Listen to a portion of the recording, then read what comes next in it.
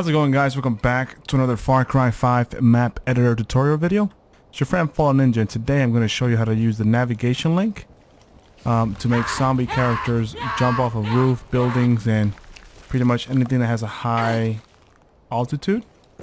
And there's several tricks you can do, including having a zombie jump across a building like such. And my favorite is have a zombie slip on oil. That was pretty funny. Alright, let's get started.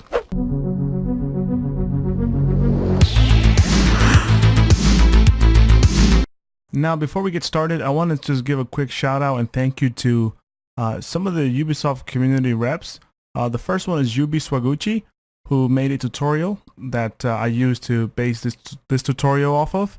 And to Ubisoft Doms, who I reached out to and gave me the link to the tutorial, and I want to say he got in touch with the developer that made the tutorial for us here in the forums. Now let's go ahead and start up with this quick tutorial. It's very easy. I'm gonna keep these buildings here just for my layout, and that puddle right there, you can find that in the game assets under decal water stain. Just something to kind of give it a visual of why the characters are falling. So the first thing I'm going to do is show you how to make the most basic falling navigation link. And what I want to do is I want to go over to my AI. Let's go ahead and get a zombie character. Maybe under zombies, wave 1. Now I like to use the roach zombie. They're the easiest ones to work with. Place it down right there. Let's go ahead and rotate it so that they're facing the right direction. Alright, and then let's go over to the object menu under gameplay, climbing and navigation, AI, Nav-Link, character fall. So the way you want to do this is you want to place this Nav-Link almost aiming with the arrow at the direction that you want the zombie to fall in. Yes, you can actually angle the direction in which the zombie falls into based on how you angle that arrow that you place down. Let's go ahead and put it right there. Then the next step is you want to change the height properties on the Nav-Link. Now you have to be accurate with the height, otherwise it will not work. The way that you find this out is you go over to the move tool and you click on the Nav-Link, and your axis type you change it from local to world, and then on the Z-axis, which is going to be your height axis, it's going to tell you that it's sitting at 62, or in my case 62.00002. Now if you move this up and down, you can see that it changes. The floor itself is not at 0, it's actually at 50. As you can see, the floor itself is actually somewhere around 50. So whenever you want something to happen, all you gotta do is move your Nav-Link to the edge that you want to use, like such. You want to read what the Z-axis is. At this point it's like 62. So now let's go ahead and go back to the object preferences. So because the floor height is 50, the standard default height of the floor is 50. When you edit the height of the Nav-Link fall, you have to pretty much do whatever the height of the Nav-Link fall is minus 50, because the remainder is going to be the actual drop. So if right now this is sitting at a 62 on the Z-axis and the floor is 50, we do 62 minus 50, and it's going to give us a total of 12. Again, that's 62 minus 50 because the floor's default is 50.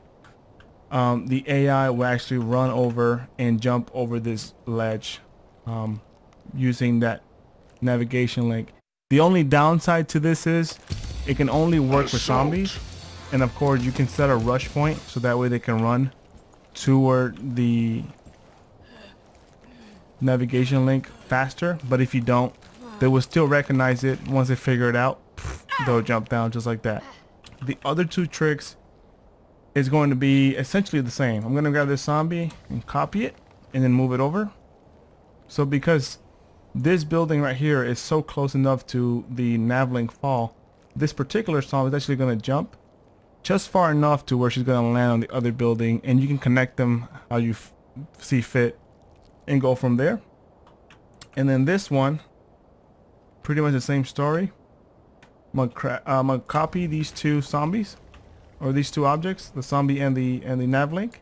And I'm gonna place the Nav-Link right over that puddle right there. All right, let's go ahead and get a rush point. I'm gonna go ahead and put a rush point down. That way, we avoid having the zombies just walk away or do whatever they want.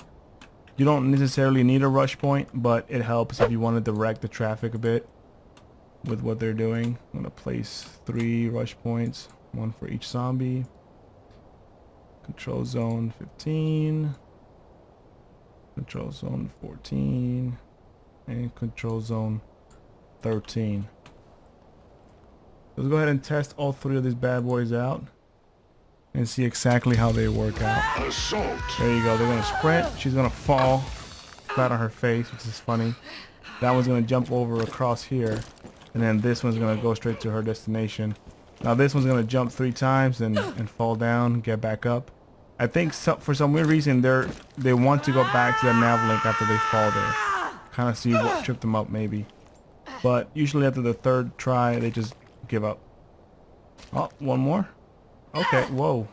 Yeah, this was freaking out.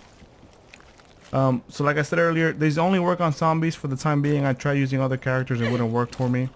And then I also tried to do this like tripping animation on the floor, and it wouldn't work because the floor itself is too low. If you raise it up and maybe put like a platform or something, you can do this little oil trick to have them fall over. If you guys enjoyed this video, please leave a like, comment, and subscribe, and I'll see you in the next one. Peace.